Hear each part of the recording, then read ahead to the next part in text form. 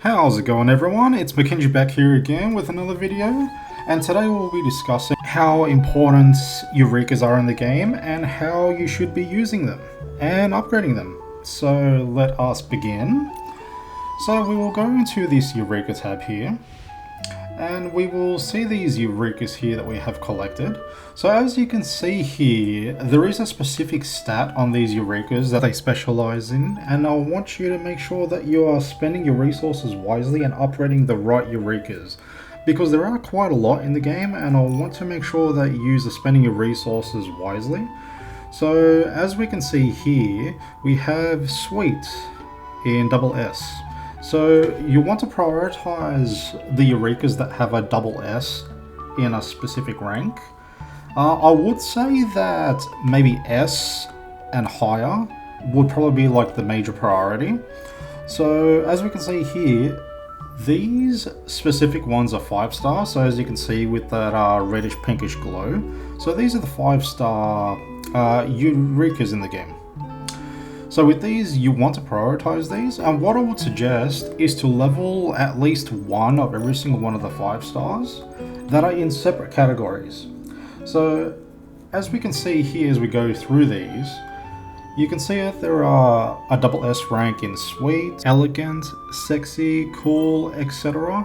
And you want to prioritize to make sure you have at least one of every single one of these at double S rank and leveled up. Not will this only help you with the story content, because there will be certain parts where you do need to actually upgrade some of your equipment to continue through the story, but this will help you in the end game as well.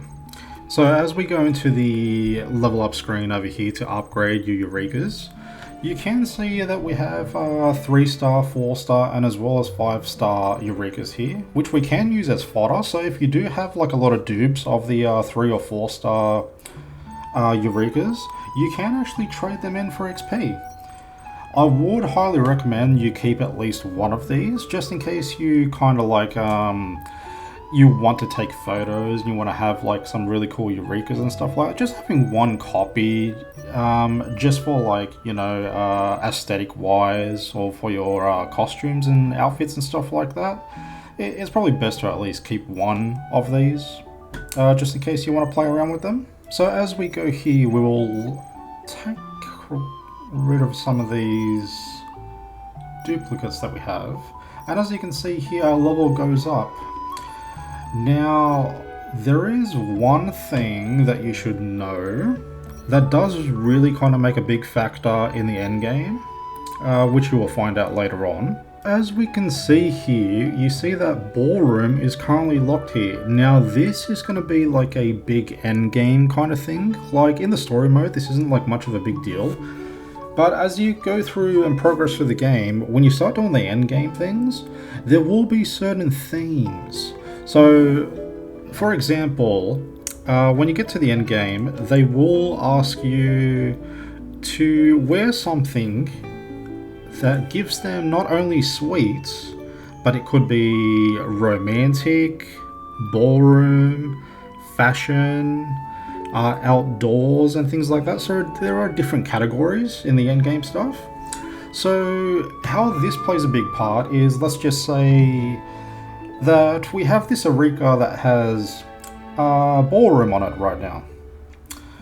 So if the endgame asked you, give me something that has ballroom on it, that is also sweet, this would actually give you extra points just because it says ballroom on there. So if you ended up having another Eureka that said that it was like an outdoors, but that was also sweet, but the theme was ballroom, you would actually get extra points just because this actually fit the category of what they were asking.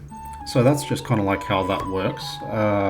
Just in case you're wondering if you somehow stumble upon that some Eureka or some outfits were giving you extra points when it kind of seemed like they weren't.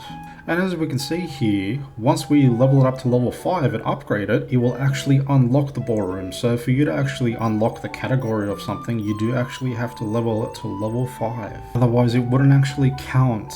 So keep that in mind, just in case you haven't leveled it and it's not giving you that special category upgrade. We can also use shining particles. I do actually recommend you use these to dig up for your daily dig thing, as they are very valuable and you will actually need a lot of these because it does get quite expensive.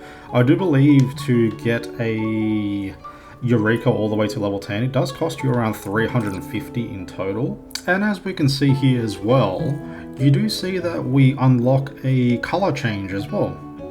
So every single Eureka has a different color palette, and I believe only the 5 stars and possibly the 4 stars can change colors. So please don't bother like changing or upgrading the 3 stars and expecting that you can get like a change color and do it cheaply or anything like that. So with the 5 stars, once we reach level 10, it would actually change to one of these colors. And as you can see here, we got yellow. And you can see here, we could have gotten green, I believe. Yeah, green. We also have red here. That looks pretty nice. We have pink. And we also have the iridescent color. So this is the most hardest, the most difficult one to get out of all of them, because every time you level one up to level 10, you have an RNG chance to actually obtain one of these. So the good thing about getting dupes of these is you can actually get different colors, but I do not recommend you actually do that until you at least have one of every single one of them in the SS category. So the sweet, elegant, fresh, sexy, and cool.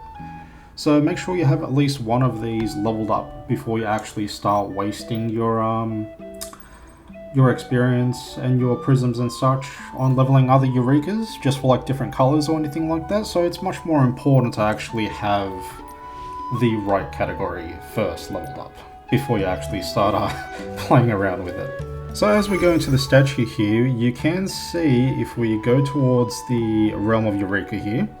So this is where you obtain new Eurekas if you want to get new ones. Now I do highly recommend you wait until level 30 until you actually do this to actually get the hard mode difficulty. The hard mode difficulty just kind of just makes it a little bit more like fun, if you would call it that. So it just, I think it just increases the ads that are there, the enemies that are there and such. So it's not like much of a big deal and it gives you like plenty of time. But the big thing about it being in hard mode is I believe every single time you clear it, you are guaranteed a 5-star when you are level 30 and above. So I do recommend you do this at level 30 if you can on hard mode to make sure that you actually guarantee yourself a 5-star, because there is nothing worse than doing this on easy or normal and not actually getting a 5-star, so you can't even like, you know, upgrade it and, you know, get yourself like a different color or anything like that. So bear that in mind, and keep in mind that this is a gacha game, so your resources are very, very important and you want to make the most of them. So yeah. So keep that in mind, and I hope that helped with all of your Eureka troubles, or if you had any questions about Eureka.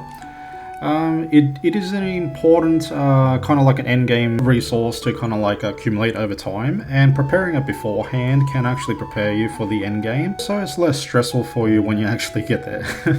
Okay, and with that, thanks for watching everyone.